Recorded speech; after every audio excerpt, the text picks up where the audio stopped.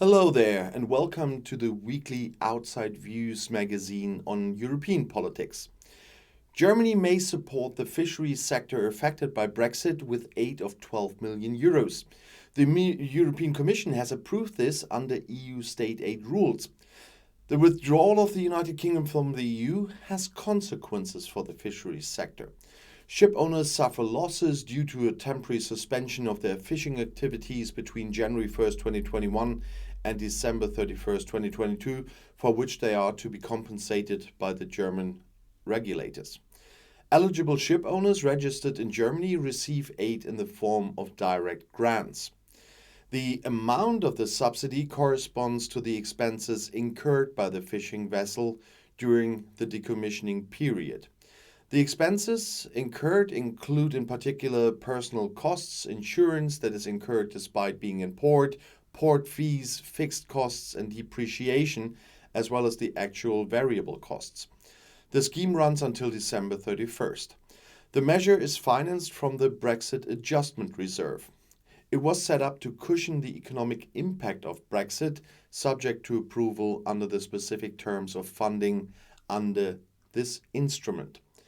The Commission has assessed the scheme on the basis of the Treaty on the Functioning of the European Union, or the TFEU. The Commission found that the scheme encourages economic activity and does not alter trading conditions in a way that is contrary to the common interests. On this basis, the Commission improved the German measure under EU state aid rules. And the new British Prime Minister is not going to the UN climate conference because of urgent domestic political commitments. The opposition finds the decision terrible. So the British new Prime Minister Rishi Sunak will not attend the UN climate conference COP27 in Sharm el-Sheikh in Egypt. The government said the decision was made because of its urgent domestic commitments, including preparing for an emergency budget on November 17th. Nothing will change in the commitment to fight climate change. The UK remains committed to its targets of net zero by 2050. That's at least what a spokeswoman for Sunak said. Ed Miliband, spokesman for the opposition Labour Party, accused Sunak of having made a terrible decision by not attending the UN climate conference COP27. These peaks count, Miliband told the BBC. The London government is expected to send other senior government officials to the conference, which is expected to welcome delegates from nearly 200 countries from November 6th. Last year, Great Britain hosted the climate conference in Glasgow, which was attended by then Prime Minister Boris Johnson. Sunak took over as Prime Minister on Tuesday from Liz Truss, who resigned as Prime Minister after around 6 weeks following the political and economic chaos surrounding her tax policy. And the EU states have agreed on a registration regulation. From 2035, only new cars without greenhouse gas emissions should be on the road. That means in the future, only new cars that do not emit any greenhouse gases during operation are to be sold in the EU. The regulation is scheduled to come into force in 2035, as I said, and negotiators from the EU states and the European Parliament agreed on this on Thursday evening, as announced by the Czech Council presidency. It should be possible to review the decision again in 2026. In addition, the compromise includes a request to the EU Commission to check whether the use of so-called e-fuels for cars could be an option in the future. The German Liberals in particular had pushed for this in the federal government.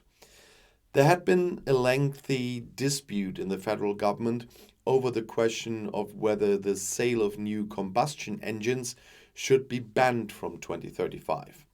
The Liberals and the Greens in particular held different positions.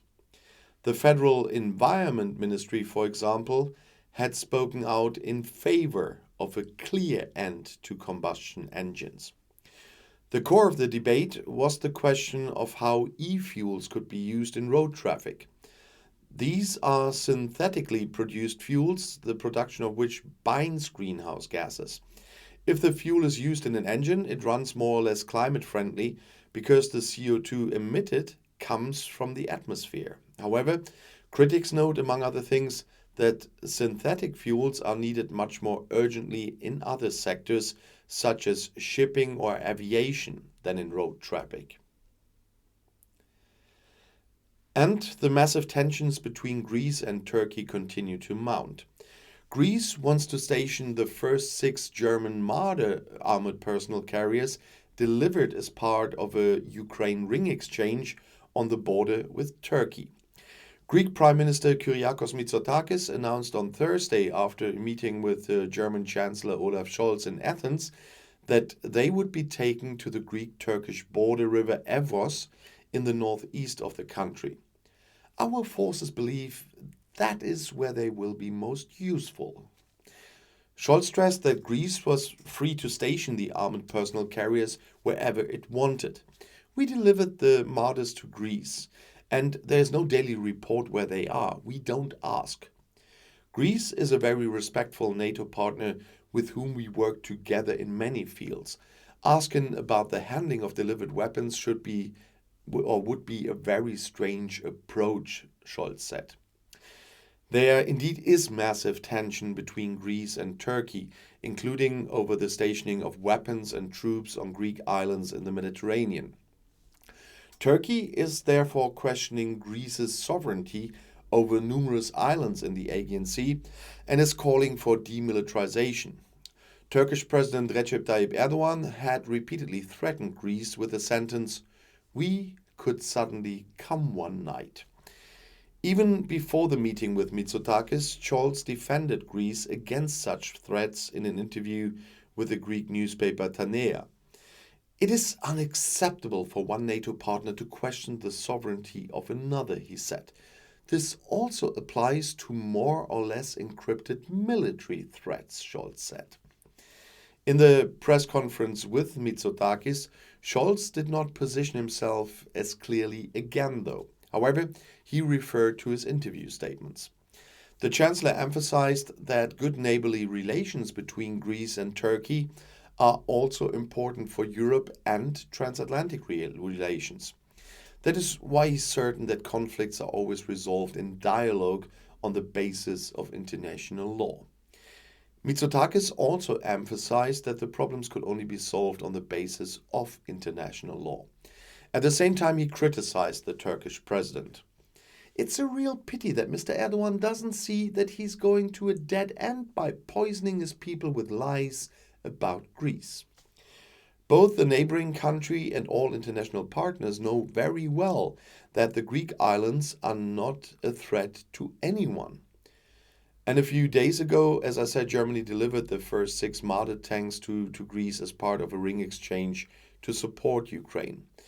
The government in Athens has undertaken to send a total of 40 Soviet-designed BMP-1 infantry fighting vehicles to the war zone, which it had once received from East German stocks. It's not a war zone at the moment, and God beware that it will be one.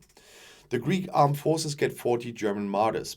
The first 6 are to be presented at a parade in Thessaloniki today when I'm filming this, and one of the 2 Greek national holidays. They are then expected to be transported to the border area. Athens had massively strengthened border protection there in recent years. The aim is also to prevent migrants from entering the EU illegally. And in the Netherlands, there are indications that China has 2 illegal police centers there to monitor dissidents. As announced by the Foreign Ministry in The Hague on Wednesday, investigations into the activities of the so-called police centers have been initiated. When we have more clarity, appropriate measures will be taken. That said Dutch Foreign Ministry spokeswoman Maxime Hovenkamp, and she told this to the AFP.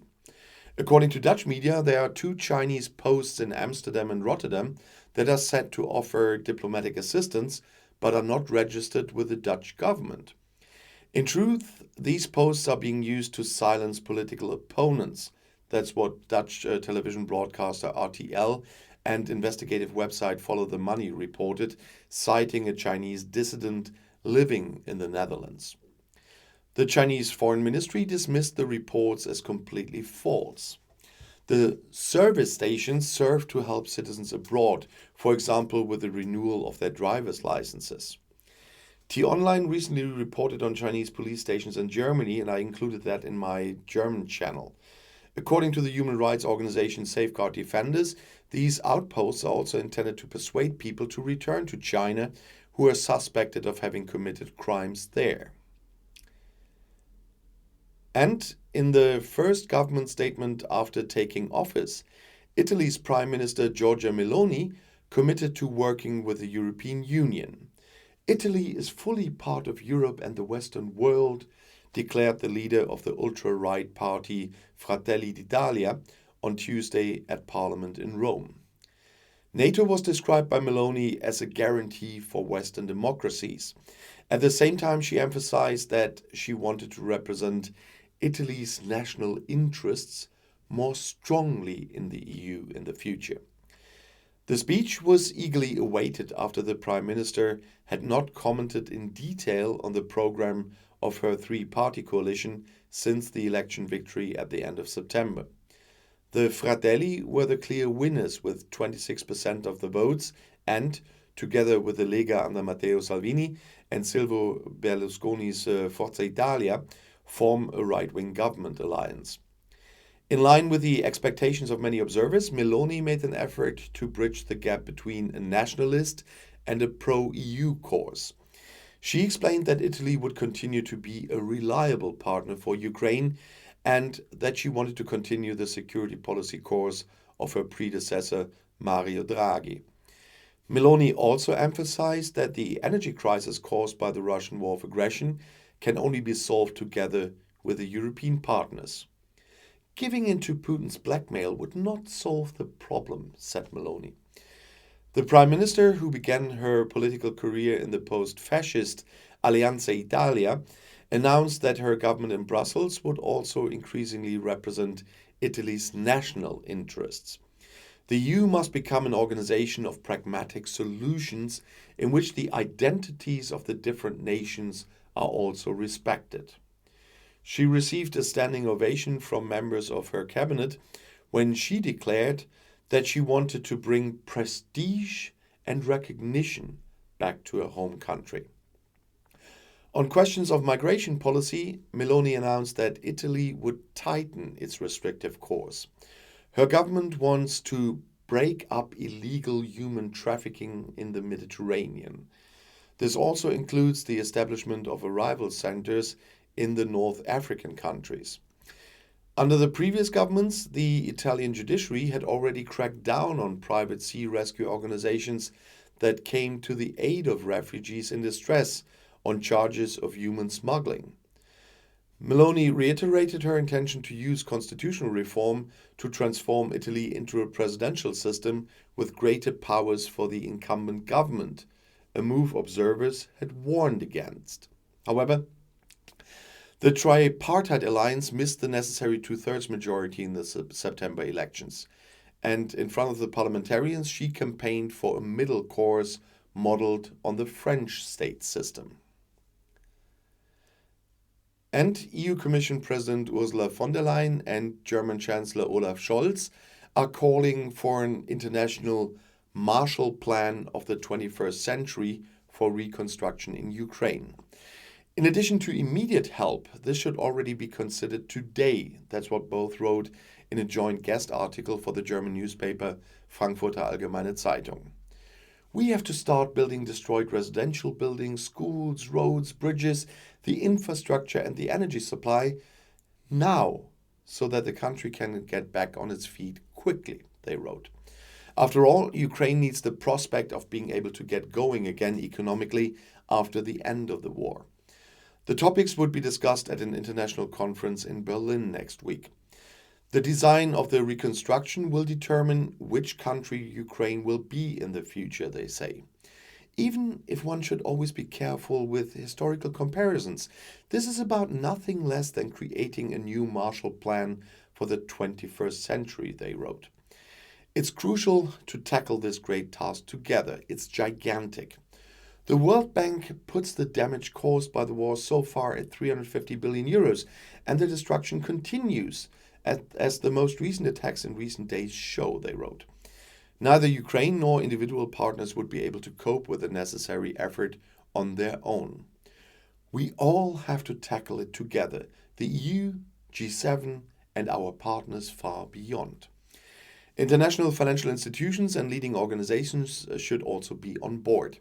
And in the long run, it will be important for private donors and companies to invest in the reconstruction of Ukraine. Together with Ukraine, they will ensure that support gets to where it's most needed. A common platform should be the central instrument for cooperation and coordination of European and international aid. It's about pushing large reconstruction projects and providing technical assistance. The highest standards should apply in terms of transparency, efficiency, auditing, and project monitoring. The EU has an important role to play in this. Ukraine has been a candidate for EU membership since summer. The path to reconstruction is therefore also Ukraine's path to the European Union. The economy should be made more sustainable and digital. It's about setting the highest standards in terms of the rule of law and establishing effective bodies to fight corruption. These are the values that Europe stands for and will help gain the trust of investors and donors. And a few weeks ago, the British government under ex-Prime Minister Liz Truss suspended the fracking moratorium. But now the new Prime Minister is rowing back. This brand new British Prime Minister Rishi Sunak continues to clean up the policies of his predecessor Liz Truss. The fracking ban, which the Truss government wanted to lift because of the rapidly increasing energy prices, now remains in force. At least a government spokesman confirmed this. Sunak had previously indicated this step in Parliament at the last PMQs. His government is sticking to the Conservative Party's election manifesto. That's what Sunak said in response to a question in the House of Commons. And in it, the Tories are committed to the stop imposed in 2019. Fracking uses pressure and chemicals to extract gas or oil from rock layers, which poses environmental hazards. That's why the method is still banned in Germany. The Prime Minister at the time, Truss, and her Economics Minister Jacob Rees-Mogg, who resigned after Sunak was appointed Prime Minister, that time announced just over a month ago that they would lift the fracking ban. Well, he also doesn't think there's climate change. So, to strengthen energy security, all options must be examined, they argued. However, the move was also highly controversial in the Conservative Party. Several Tory MPs had pointed out that people in their constituencies opposed the method. However, the opposition Labour Party does not trust Sunak's U-turn. Last week, Labour Shadow Minister Ed Miliband said Sunak voted against a fracking ban that Labour had tabled in Parliament.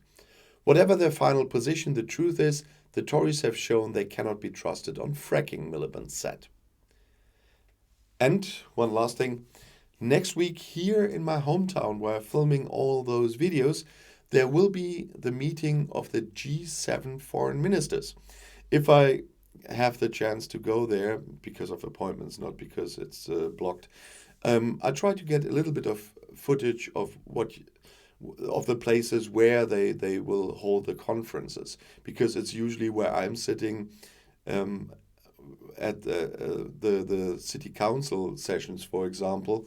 As a deputy district mayor, I have a seat there as well. I can speak there. I cannot vote, but I can speak. And that's why I'm sitting in the same room. The G7 foreign ministers are sitting there next week. And if you see anything about this on TV, the nice view you get there with all the historical buildings, that is my hometown where I'm filming those videos. So keep your eyes open. And I'll see you in my next video. I'll be back.